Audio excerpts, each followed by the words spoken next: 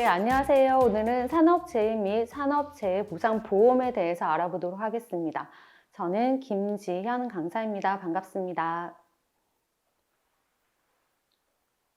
자, 먼저 산업재해가 무엇인지 알고 강의를 들으셔야 될 것 같은데요. 산업재해란 근로자가 업무에 관계되는 건설물, 설비, 원재료, 가스, 증기, 분진 등에 의하거나 작업 또는 그 밖의 업무로 인하여 사망이나 부상, 질병에 걸리는 것을 말하고 있습니다.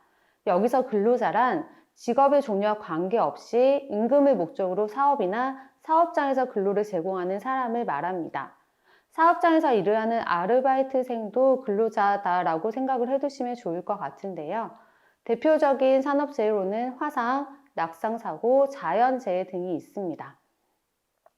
혹시 중대재해처벌법이 무엇인지 이야기 들어보신 적 있으신가요?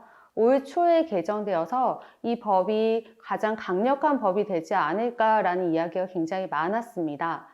중대재해처벌법이란 중대재해처벌 등에 관한 법률은 안전조치 의무를 위반하여 발생하는 인명피해를 예방하기 위해 2021년 1월 8일에 제정된 대한민국 법률입니다.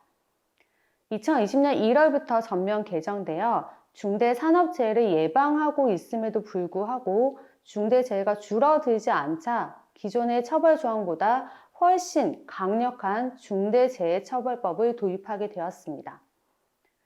중대재해처벌법은 기업에서 발생하는 중대산업재해뿐만 아니라 세월호 참사, 가습기 살균제 참사와 같은 사회적 참사인 중대시민재해까지 포함하고 있습니다. 중대재해처벌법의 주요 내용에 대해서 알아보도록 하겠습니다. 중대재해처벌법의 목적 및 보호 대상은 안전보건 확보 의무를 위반하여 중대재해를 발생하게 한 사업주, 경영 책임자 등의 처벌을 규정하여 중대재해 예방과 시민과 근로자의 생명과 신체 보호를 목적으로 하고 있습니다. 모든 업장에, 모든 사업장에 적용되는 것은 아닙니다. 10인 이하의 소상공인 사업장이나 1000제곱미터 미만의 다중이용업소는 제외됩니다. 처벌 내용 및 대상에 대해서 알아보도록 하겠습니다. 사망인자가 발생한 경우 사업주 및 경영 책임자 등은 1년 이사의 징역 또는 10억 원 이하의 벌금이 처해집니다. 부상 또는 질병이 발생한 경우 7년 이하의 징역 또는 1억 원 이하의 벌금이 처해집니다. 법인이나 기관은 조금 더 강해지는데요. 사망자가 발생한 경우 50억 원 이하의 벌금형이 처해집니다. 부상 또는 질병이 발생한 경우 10억 원 이하의 벌금이 처해집니다. 손해배상 내용 또한 더욱더 강해지고 있는데요. 사업주 또는 경영 책임자 등이 고의 또는 중대한 과실로 안전 및 보건 확보 의무를 위반하여 중대재해를 발생하게 한 경우에는 손해액의 5배를 넘지 않는 범위 내에서 배상 책임이 져집니다. 다만 사업주 및 경영 책임자님께서 안전에 대해서 굉장히 중하게 관리를 해 주셨다라고 하면은 조금 예외사항이 될 수 있습니다. 시행 시기에 대해서 알아보도록 하겠습니다. 상시 근로자 50인 이상의 사업장은 공포 후 1년이 경과한 날부터 시행이 됩니다. 즉 2022년 1월 27일부터 시행이 됩니다. 상시 근로자 50인 미만의 사업장은 공포 후 3년이 경과한 날부터 시행이 되는데요. 2024년 1월 27일부터 시행이 됩니다.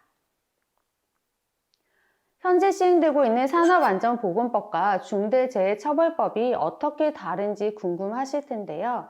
비교해서 알려드리도록 하겠습니다. 산업안전보건법에서 의무주체는 사업주, 법인사업주와 개인사업주 모두가 의무주체가 됩니다. 중대재해처벌법은 개인사업주, 경영책임자 등이 의무주체가 됩니다. 산업재해 중 중대재해는 산업안전보건법에서는 사망자 1명 이상, 3개월 이상 요양이 필요한 부상자 동시 2명 이상, 부상자 또는 직업성 질병자 동시 10명 이상의 경우 산업재해 중 중대재해로 칭하고 있습니다. 중대재해처벌법에서는 산업안전보건법상 중대산업재해는 사고 사망자 1명 이상, 동일한 사고로 6개월 이상 치료가 필요한 부상자 2명 이상, 동일한 유해 요인으로 급성 중독 등 직업성 질병자 1년 내 3명 이상일 경우 중대산업재해로 칭하고 있습니다. 처벌 수준 또한 달라집니다. 산업안전보건법에서는 자연인이 사망을 하였을 경우 7년 이하의 징역 또는 1억 원 이하의 벌금에 처해집니다. 산업안전보건법에서는 안전보건조치를 위반했을 경우 5년 이하의 징역 또는 5천만 원 이하의 벌금이 처해집니다. 중대재해처벌법에서는 자연인이 사망했을 때 1년 이상 징역 또는 10억 원 이하의 벌금에 처해집니다. 산업안전보건법에서는 사망 시 7년 이하의 징역이었지만 중대재해처벌법에서는 사망 시 1년 이상의 징역으로 조금 더 징역형이 커질 수 있다는 점 기억해 두시면 좋을 것 같습니다. 중대재해처벌법에서 부상 질병이 있었을 경우 7년 이하의 징역 또는 1억 원 이하의 벌금이 처해집니다. 화면에 보시는 바와 같이 산업안전보건법과 중대재해처벌법을 비교를 해보시면 중대재해처벌법이 훨씬 더 강력한 처벌이 주어진다는 거 보실 수 있으실 겁니다. 법인에 대해서도 달라집니다. 산업안전보건법은 법인의 경우 사망 시 10억 원 이하의 벌금이 처해지며 안전보건조치를 위반했을 경우 5천만 원 이하의 벌금이 처해집니다. 중대재해처벌법에서는 법인인 경우 사망사고가 발생했을 경우 50억 원 이하의 벌금, 부상질병이 있었을 경우 10억 원 이하의 벌금이 처해집니다.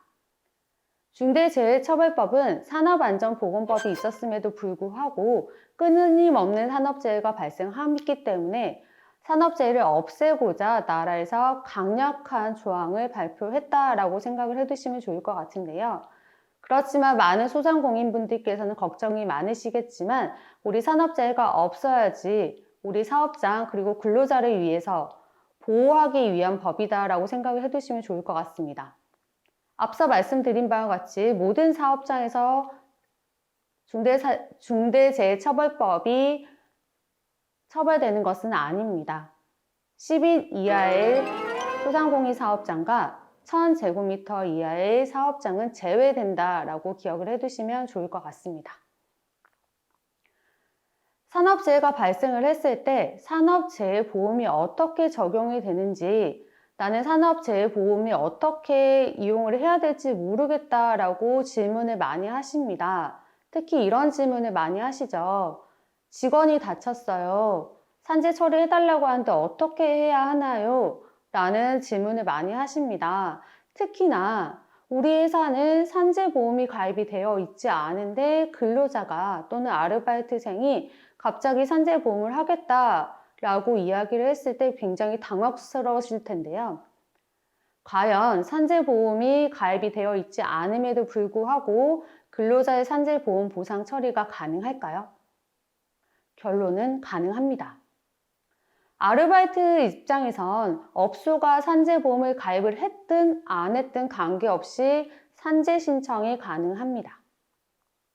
아르바이트생이 산재보험 신청을 하면 사장님은 산재보험에 가입되어 있지 않기 때문에 아르바이트생이 근무하는 동안의 산재보험료를 모두 내셔야 합니다. 즉 아르바이트생이 근무했던 기간의 산재보험료를 모두 내셔야지만 근로자가 산재보험 처리를 받을 수 있는 건데요. 또 여기서 산재사고 신고를 안 한 것에 대해서 사업주님께서는 과태료 1,000만 원 이하가 나오실 수 있습니다. 꼭 기억을 해두시면 좋을 것 같습니다.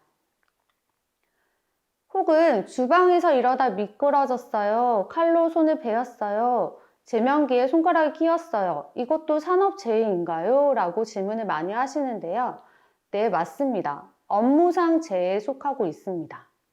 여기서 업무상 재해란 근로계약에 따른 업무, 그에 따른 행위를 하던 중 발생한 사고를 말하고 있습니다.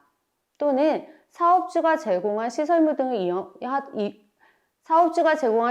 등을 이용하던 중 그 시설물 등의 결함이나 관리 소홀로 발생한 사고도 업무상 사고입니다.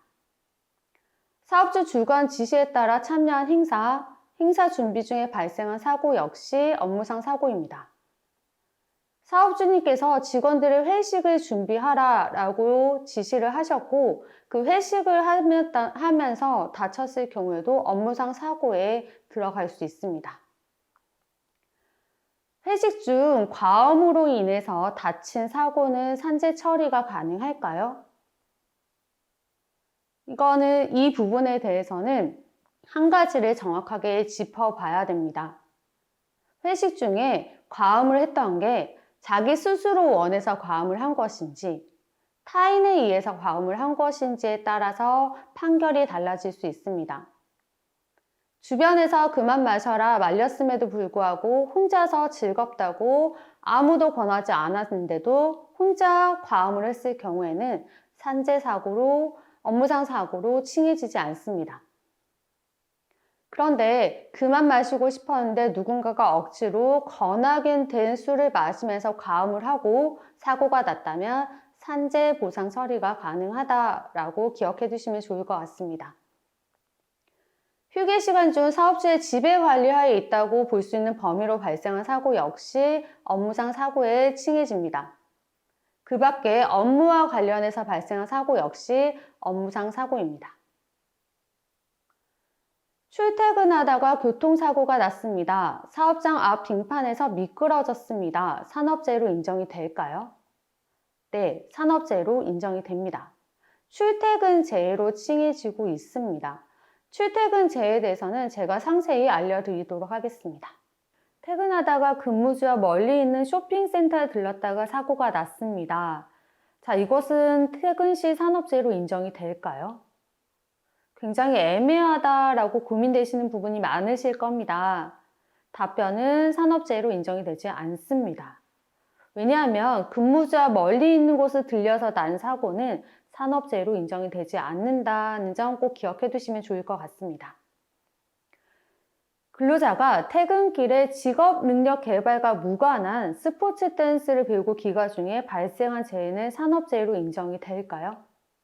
이 부분 역시 산업재해로 인정이 되지 않습니다. 직업 능력 개발과 무관한 개인적인 취미를 하던 중에 발생한 사고는 업무상 재해에 들어가지 않고 일반적인 경로로 이탈했다라고 판단되기 때문에 퇴근 재해로 인정되지 않습니다.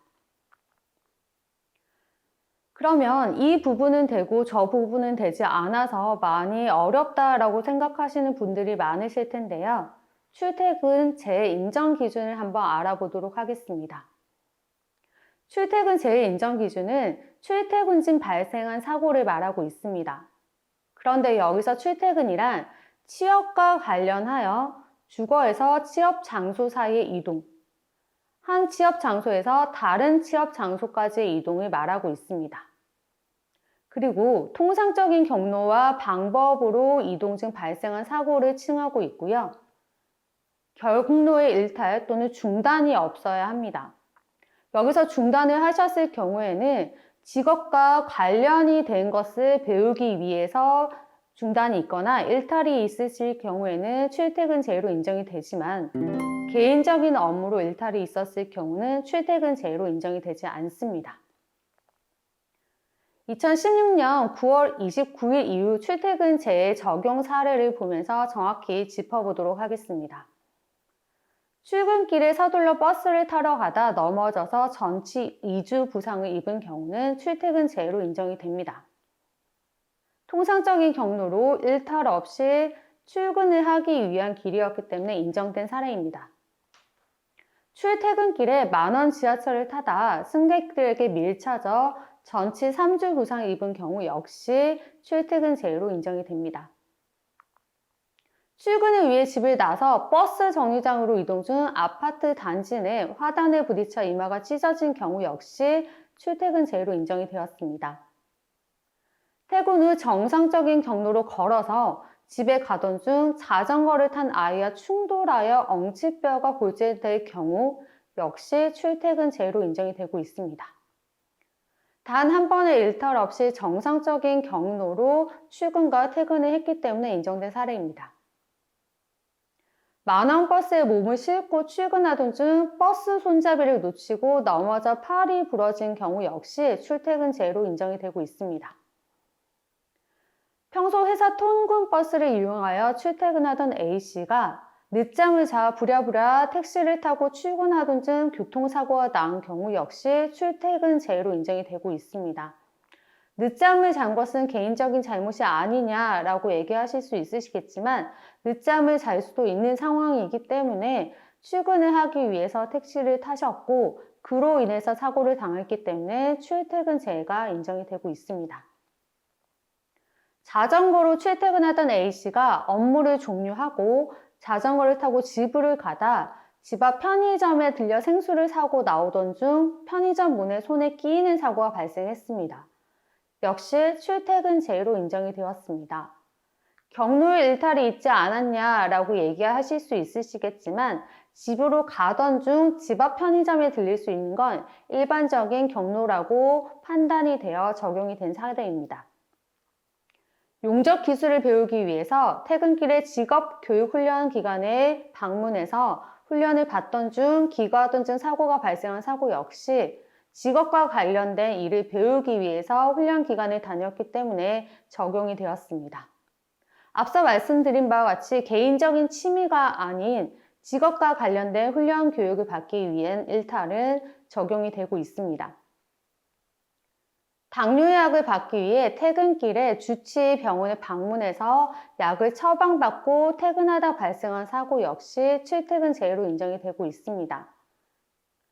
약을 먹고 건강해야지만 일을 더욱더 잘할 수 있기 때문에 약을 받기 위해서 경로 일탈은 가능합니다.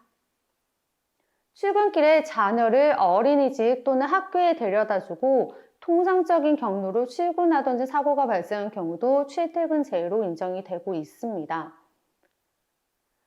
특별한 개인적인 취미로 인해서 일탈이 아니기 때문에 출퇴근 재해로 인정된다라고 기억을 해두시면 좋을 것 같습니다. 출퇴근 재해에 대해서 정리를 해드리자면 정상적인 경로로 일탈 없이 출퇴근을 하셔야 하지만 집 앞에 편의점에 잠깐 들려 생수를 산다거나 아이를 잠깐 데려다 준다는 그 정도의 일탈은 모두 적용이 되고 있지만 개인적인 취미, 개인적인 업무를 보기 위해서 굉장히 먼 거리를 일탈을 하셨을 경우는 인정되지 않는다라고 기억해 두시면 좋을 것 같습니다. 사례를 통해서 정확하게 한 번 더 이야기해 보도록 하겠습니다. 청소용료업체 소속으로 모 아파트 미연으로 근무한 A씨는 지난 2018년 12월경에 출근길에 버스 정류장에서 넘어지는 사고를 당했습니다. 이로 인해 좌측 중족골 폐쇄성 골절을 진단받은 A씨는 근로복지공단에 요양급여를 신청했습니다. 사고 당일 A씨의 구체적인 출근 경로를 살펴보면 A씨는 주거지에서 오전 5시 40분에 나와 도보로 17분에서 18분 소요되는 교회에 도착을 했고 새벽 기도를 한 후 인근 버스 정류장에서 버스를 타고 지하철역에 내려 지하철로 환승했다가 다시 마을버스를 타러 가던 중 미끄러지는 사고를 당했습니다. 자, 이와 같은 사고는 출퇴근 재해 인정이 될까요? 여기 사례를 보시면 구체적인 출근 경로를 잘 보시면 인정이 될지 안 될지 잘 보이실 겁니다. 역시 인정되지 않았습니다.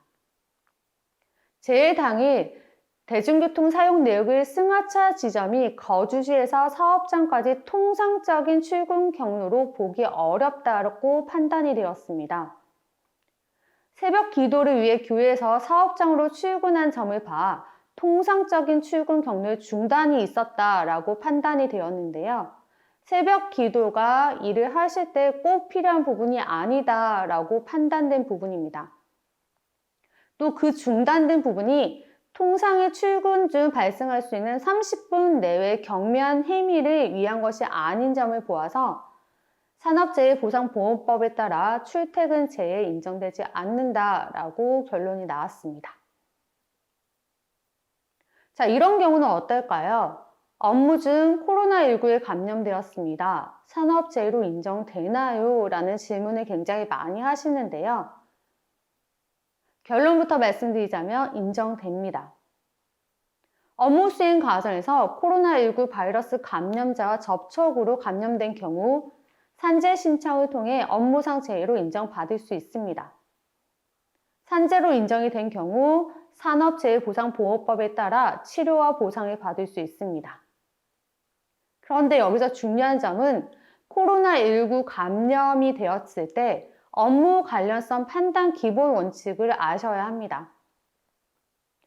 보건의료 및 집단 수용시설 종사자가 업무 수행 과정에서 코로나 바이러스 감염증 19 접촉자와 접촉하여 감염되어 있는 경우는 업무상 질병 간의 상당 인간관계를 명백히 알 수 있는 경로이기 때문에 업무상 질병이 인정이 가능합니다. 그 외 기타 근로자는 개별 사안에 따라 업무와 질병 발생 간에 상당 인간관계가 있는지 확인한 후에 업무상 재해로 인정이 됩니다. 노출된 기간이 얼마나 됐는지, 강도가 얼마나 강했는지, 어떠한 범위, 발병 시기가 어땠는지에 따라서 명확하게 따져봐야 되기 때문에 상당 인간관계가 있는지 없는지 확인 후 산재에 인정이 될 수 있다, 없다가 결론이 날 수 있다는 거 알아두시면 좋을 것 같습니다. 자, 태풍으로 인해서 근로자가 다쳤을 경우 산업재해로 인정이 될까요? 올해도 경남 지역에서는 태풍 때문에 굉장히 큰 피해를 많이 입었다라고 전해 들었는데요. 태풍으로 인해서 자연재해로 인해서 근로자가 다쳤을 경우 산업재해로 인정이 될까요? 결론은 가능합니다. 사회통념상 근로자가 사업장 내에서 할 수 있다고 인정되는 행위를 하던 중 태풍, 홍수, 지진, 눈사태 등의 천재지변이나 돌발적인 사태로 발생한 사고는 근로자의 사적 행위, 업무 이탈 등의 업무와 관계없는 행위를 하던 중 사고가 발생한 것이 명백한 경우 제외하고는 업무상 사고로 인정이 되고 있습니다. 그러면 지금까지 제가 근로자에 대해서만 말씀을 드렸습니다. 과연 혼자 일하는 사장님도 고용보험, 산재보험에 대해서 보상을 받을 수 있을까요? 일하다가 다치면 경력난으로 폐업까지 하게 되는 경우가 굉장히 많은데요. 과연 고용보험, 산재보험은 근로자만을 위한 법일까요? 우리 사장님들 고용보험, 산재보험 받으실 수 있습니다. 고용산재보험 특례에 따라서 자영업자도 고용산재보험 가입이 가능합니다. 고용보험 적용 특례를 보시면 근로자를 사용하지 아니하거나 50명 미만의 근로자를 사용하는 사업주로서 대통령령으로 정하는 요건을 갖춘 자영업자는 공단의 승인을 받아 자기를 이 법에 따른 근로자를 보아 고용보험에 가입될 수 있습니다. 산재보험 적용 특례도 있습니다. 대통령령으로 정하는 중소기업 사업주, 공단의 승인을 받아서 자기 또는 유족에게 보험 급여를 받을 수 있고요. 그래서 우리 사장님들도 다치셨을 때 어떻게 해야 될지 굉장히 걱정이 많으시겠지만 고용보험, 산재보험 적용 가능하다라고 기억을 해두시면 좋을 것 같고요. 이런 적용되는 법들을 잘 아셔야지만 우리가 당황하지 않고 적용될 수 있고 산재보험 보상을 받으실 수 있다라고 생각을 해두시면 좋을 것 같습니다. 자, 그러면 산업재해가 일어나면 안 되지만 혹시나 산업재해가 일어났을 때 산재보험이 어떻게 보상 신청 절차가 이루어지는지 어떤 보상이 있는지 한번 알아보도록 하겠습니다. 먼저 요양급여에 대해서 알아보도록 하겠습니다. 공단이 설치 또는 지정한 의료기관에서 요양을 하고 비용을 의료기관에 직접 지급하는 것을 원칙으로 하고 있지만 부득이한 사유로 인해서 근로자가 요양을 먼저 하고 진료를 부담한 경우 급여의 성격상 근로자에게 직접 지급하여 비용을 근로자에게 직접 지급하는 것을 말하고 있습니다. 요양급여는 근로자가 업무상 사유로 부상을 당하거나 질병에 걸린 경우 지급이 되어지고요. 진찰비용, 검사비용, 약제비, 처치, 수술, 재활치료, 입원, 간호 및 간병, 이송이 필요한 비용 모두 지급됩니다. 휴업급여도 있습니다. 업무상 재해를 당하거나 업무상 질병에 걸린 근로자가 요양으로 인하여 취업하지 못한 기간에 대해서 피재 근로자와 그 가족의 생활보호를 위하여 지급하는 보험급여입니다. 업무상 부상, 질병에 따라 요양으로 취업하지 못한 기간에 월급의 70%까지 지급됩니다. 장애급여에 대해서도 알아보도록 하겠습니다. 업무상 재해를 당한 근로자가 요양 후 치유되었으나 정신적 또는 신체적 결손이 남게 되어 그 장애로 인해서 노동력 손실 보전을 위해서 지급되는 보험급여입니다. 업무상 부상, 질병을 치료했음에도 불구하고 장애가 남았을 경우에 지급됩니다. 유족급여에 대해서도 알아보도록 하겠습니다.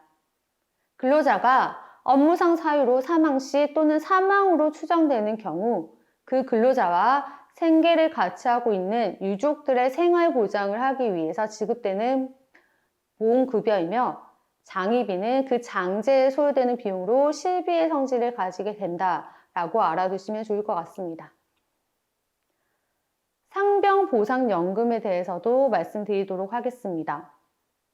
요양 개시 후 2년이 경과하여도 치유되지 아니하고 요양이 장기화됨에 따라 피재 근로자와 그 가족의 생활 안정을 도모하기 위해서 휴업급여 대신에 보상 수준을 향상시켜서 지급하게 되는 보험급여입니다. 간병급여에 대해서도 말씀드리도록 하겠습니다.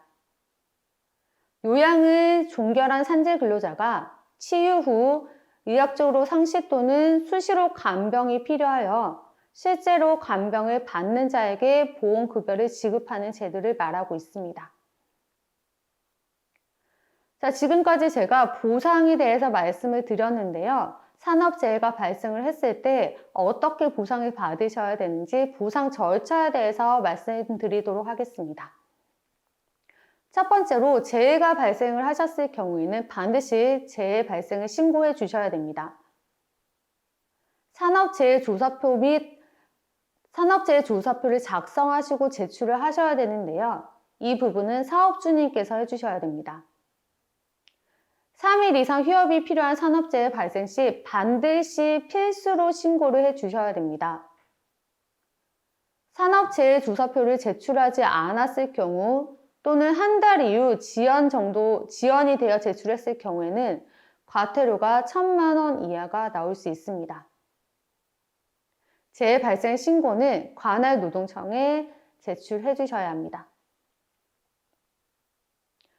자, 신고를 하시고 나면 산재급여를 신청하셔야겠죠. 신청서 작성 및 제출인은 근로자가 하셔도 되고 사업주님께서 하셔도 됩니다.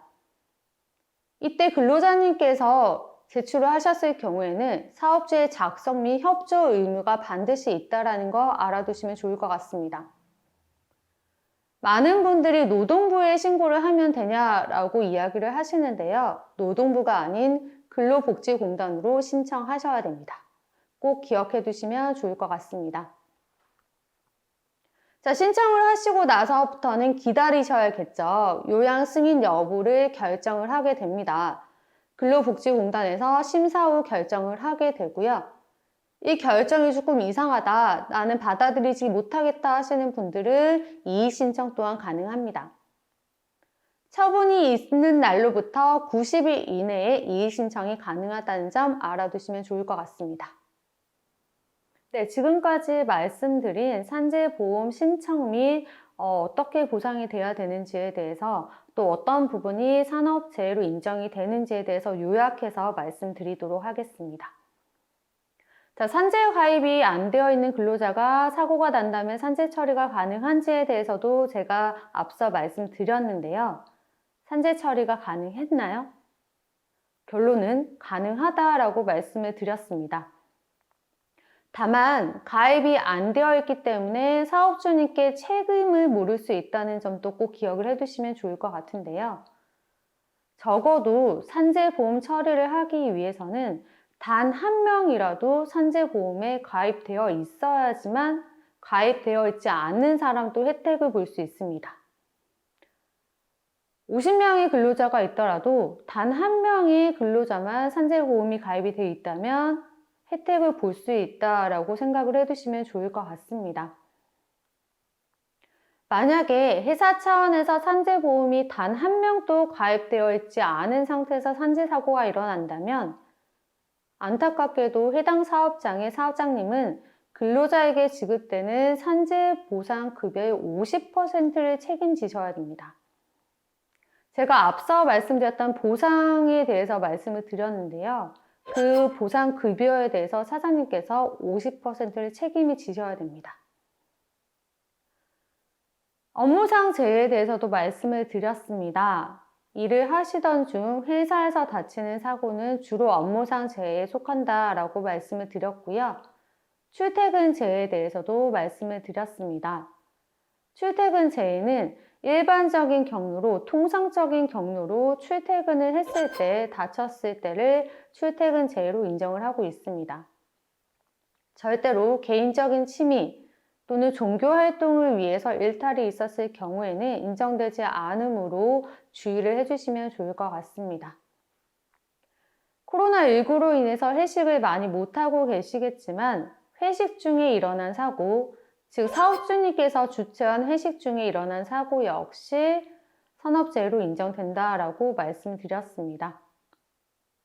사업주님께서 지시한 행사, 그리고 그것을 준비하는 동안에 일어난 사고 역시 업무상 재해다라고 기억을 해두시면 좋을 것 같고요. 이런 산업재해가 발생을 하셨을 때 반드시 신고를 해 주셔야 하며 근로자가 산재보험을 받기 위해서 서류를 제출할 때 사업주님께서는 적극적으로 도와줄 의무가 있다는 것도 꼭 기억을 해두시면 좋을 것 같습니다. 태풍으로 인한 피해가 굉장히 많이 일어났었죠. 태풍 피해 시 어떻게 해야 될지 모르겠다라고 생각하시는 분들도 많고, 아니 태풍 피해 시 근로자 및 사업주만 피해가 입는 것이 아니라 업소, 사업장에도 굉장히 큰 피해가 많이 일어나고 있죠. 이러한 부분에 대해서는 보상이 되지 않느냐, 이걸 어떻게 해결해야 되느냐에 대한 질문도 굉장히 많이 하시는 걸로 알고 있는데요.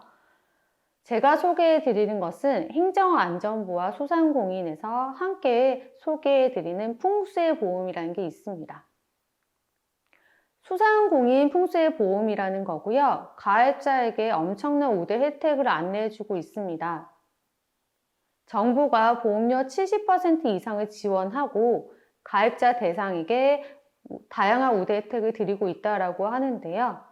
2020년부터 전국에서 가입이 가능하다라고 합니다. 풍수의 보험이 무엇인지 알아보도록 하겠습니다. 풍수해 및 지진 등 자연재해로 발생하는 재산 피해를 실질적으로 보상을 하고 행정안전부와 지자체가 보험료의 70% 이상을 지원한다고 합니다. 대상 재해로는 태풍, 홍수, 호우, 강풍, 풍랑, 해일, 대설, 지진, 지질, 해일도 포함됩니다. 풍수의 보험의 가입 안내로는 가입 대상에 대해서 먼저 알아보도록 하겠습니다. 소상공인이 운영하는 상가, 공장 등이 있고요. 여기에는 시설, 직기 비품, 기계, 재고 자산까지 포함됩니다. 보험료 지원에 대해서도 앞서 말씀을 드렸는데요. 70%에서 최대 92%까지 국가와 지자체에서 지원이 된다고 합니다. 그럼 우리 사업주님들께서는 자부담률은 8%에서 30% 정도 된다라고 기억해 두시면 좋을 것 같습니다. 가장 궁금해하시는 보상 금액에 대해서 말씀드리도록 하겠습니다. 상가는 1억 원, 공장은 1억 5천억 원, 재고 자산은 5천만 원의 실손 보상이 가능하다고 합니다. 지급 사례를 보면서 상세히 설명해 드리도록 하겠습니다. 피해 장소는 경상북도 영덕군이었고요. 피해 내용을 보시면 태풍 미탁에 의해서 건물, 재고 자산에 피해가 있었습니다. 지급 보험료를 보시면 굉장히 큰 금액임을 보실 수 있으시겠죠. 이러한 보험금을 받기 위해서는 굉장히 한 달에 또는 1년에 많은 돈을 냈을 것이다 라고 생각을 하실 수도 있는데요. 실제 납입보험료 연간 금액을 보시면 자부단 23만 원 정도로 나와 있습니다. 언제 일어날지 모르는 자연재해 두려워하시는 분들이 많으시고 실제로 피해로 굉장히 힘들어하시는 분들이 많습니다.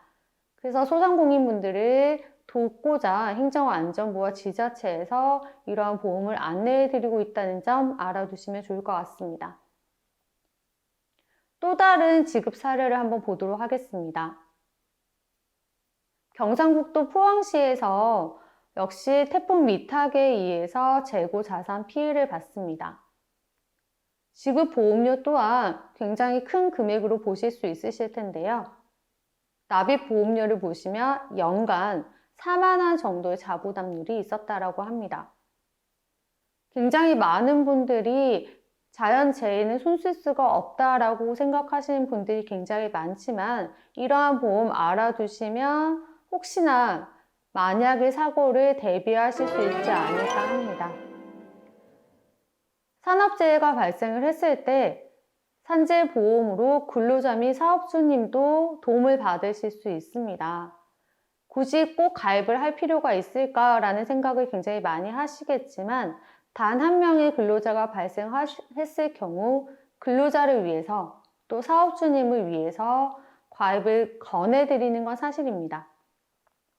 단 한 명의 근로자만 가입이 있더라도 가입되어 있지 않는 근로자가 도움을 받을 수 있다라고 말씀을 드렸고요. 이러한 자연재해 역시 우리가 피할 수 없는 부분이기 때문에 미리 알아두시면 좋을 것 같습니다. 풍수의 보험은 나라에서도 굉장히 많은 지원을 해주고 있는 보험이기 때문에 부담 가지지 마시고 한번 알아봐 주시는 걸 권해드리고 있습니다. 지금까지 한 강의에 대해서 요약을 한번 해보도록 하겠습니다. 자, 지금까지 교육을 드린 부분 조금 어렵다 또는 이해가 가지 않는다, 한 번 더 들었으면 좋겠다라고 생각하시는 분들이 계시겠죠. 그래서 제가 간략하게 요약을 한번 해보도록 하겠습니다. 제가 첫 번째로 산업재해에 대해서 말씀을 드렸습니다. 산업재해는 근로자가 일을 하면서 다치거나 사망 또는 질병을 얻게 됐을 때 산업재해라고 칭의하고 있고요. 근로자란 우리 사업장에서 일을 하는 모든 사람을 근로자라고 말씀을 드렸습니다. 대표적인 산업재해는 여러 가지가 있겠지만 화상을 입거나 자연재해 또는 낙상사고, 그 외에 업무 중에 일어난 모든 사고를 산업재해로 칭할 수 있다, 업무상 재해라고 칭할 수 있다라고 말씀을 드렸습니다. 산업안전보건법과 중대재해에 대해서도 말씀을 드렸는데요. 중대재해처벌법은 산업안전보건법이 있음에도 불구하고 산업재해가 계속적으로 일어나자 산업재해를 예방하기 위해서 우리나라에서 강력한 처벌을 하겠다라고 제정한 법률입니다. 2021년 1월 8일에 제정이 되었고요. 앞서 제가 말씀드린 바와 같이 산업안전보건법보다 훨씬 더 강력한 처벌이 이루어지고 있습니다. 단 모든 사업장에게 처벌되는 것은 아닙니다. 10인 미만 소상공인 사업장 및 1000제곱미터 미만의 다중업소는 제외된다라고 말씀을 드렸습니다. 산업재해가 발생을 했을 때 보험이, 산재보험이 적용이 되는지 안 되는지에 대해서도 말씀을 드렸었는데요. 산재보험이 가입되어 있지 않더라도 산재보험 처리는 가능하다라고 말씀을 드렸습니다. 그러나 직원이 산재보험 처리를 받기 위해서는 직원이 근무한 그 모든 기관에 대한 산재보험료를 지불을 하셔야 되고요. 산재 신고를 하지 않은 것에 대한 과태료 1,000만 원 이하가 나올 수도 있습니다. 업무상 사고에 대해서도 정확하게 짚어드렸었는데요. 일을 하다가 다치는 경우에 대해서는 모두가 업무상 사고라고 말씀을 드렸습니다. 출퇴근제에 대해서도 많이 헷갈리시는 분이 많다라고 제가 미리 짚어드렸었는데요. 출퇴근제란 말 그대로 출퇴근 중에 발생한 사고를 말하고 있습니다. 그런데 취업과 관련하여 주거에서 취업 장소까지의 이동을 말하고 있고요. 통상적인 경로와 방법으로 이동하시고 그때 발생한 사고를 말하고 있습니다. 여기서 가장 중요한 건 경로의 일탈 또는 중단이 없어야 된다라고 말씀을 드렸습니다. 경로의 일탈로 인정되지 않는 부분은 직업과 관련되어 훈련을 받는 경우, 직업과 관련해서 학원을 다니는 경우는 경로상 일탈로 칭하고 있지 않습니다. 업무 중에 코로나19로 감염되는 경우도 많이 발생하고 있습니다. 그러나 코로나19 감염이 산재로 인정이 되기 위해서는 업무와 질병 간의 상당 인과관계가 반드시 있어야 됩니다. 보건의료 및 집단수용시설 종사자가 코로나19에 감염이 되었다라는 것은 업무상 상당 인과관계가 명백할 수 있기 때문에 증명되지 않아도 인정이 될 수 있으나 그 외의 근로자는 상당 인과관계가 반드시 인과관계를 확실히 명확하게 해 주셔야지만 인정될 수 있다는 점 알아두시면 좋을 것 같습니다. 태풍이나 산업재해로 인하여 근로자가 다치는 경우 역시 산업재해로 인정될 수 있습니다. 단 여기서도 근로자의 사적 행위나 업무 이탈이 없었다라는 걸 명백하게 증명을 해 주셔야 된다는 점 기억해 두시면 좋을 것 같습니다. 혼자 일하시는 사장님, 50인 미만의 사장님께서도 산재보험, 고용보험에 대해서 보상받으실 수 있다고 말씀드렸습니다. 보상 신청 절차에 대해서 간략하게 말씀을 드리도록 하겠습니다. 자, 처음 재해가 발생을 했을 경우 재해 발생을 반드시 신고를 해 주셔야 합니다. 신고하실 때 산업재해조사표를 반드시 작성하셔야 되며 산업재해조사표를 제출하지 않고 또는 한 달 정도 지연되었을 때 제출하셨을 경우에도 1,000만 원 이하의 과태료가 부과될 수 있다는 점 알아두시면 좋을 것 같습니다. 재해 발생을 신고한 후에는 산재급여를 신청을 해 주셔야 되고요. 신청한 후에는 승인 여부를 기다려 주셔야 됩니다. 승인 여부의 결과를 받으시고 뭔가 이상하다, 이 일을 해야겠다 싶으시다면 이의 신청까지 가능합니다. 처분이 있은 날로부터 90일 이내에 이의 신청을 해주셔야 됩니다. 어떤 보상들이 있었는지에 대해서 한번 이야기해 보도록 하겠습니다. 첫 번째, 요양급여가 있었습니다. 두 번째, 휴역급여가 있었고요. 휴역급여는 근로자가 일을 하지 못하는 기간에 월급의 70%까지 지급을 해 주셔야 된다라고 말씀드렸습니다. 장애급여, 유족급여, 상병보상연금, 간병급여까지 보상이 처리를 받으실 수 있다는 걸 꼭 기억을 해두시면 좋을 것 같습니다. 마지막으로 풍수의 보험에 대해서도 말씀을 드렸습니다. 나라에서 굉장히 많은 지원을 하고 소상공인들을 돕고자 나온 보험이기 때문에 꼭 한번 알아봐 주시면 좋을 것 같습니다. 지금까지 산재보험 및 산업재해에 대해서 말씀을 드렸는데요. 우리 모두 산업재해를 예방하기 위해서 이러한 교육이 진행되고 산업재해를 예방해야지만 모두가 안전하게 일할 권리를 찾을 수 있다라고 기억을 해두시면 좋을 것 같습니다. 이상으로 강의 마치도록 하겠습니다. 감사합니다.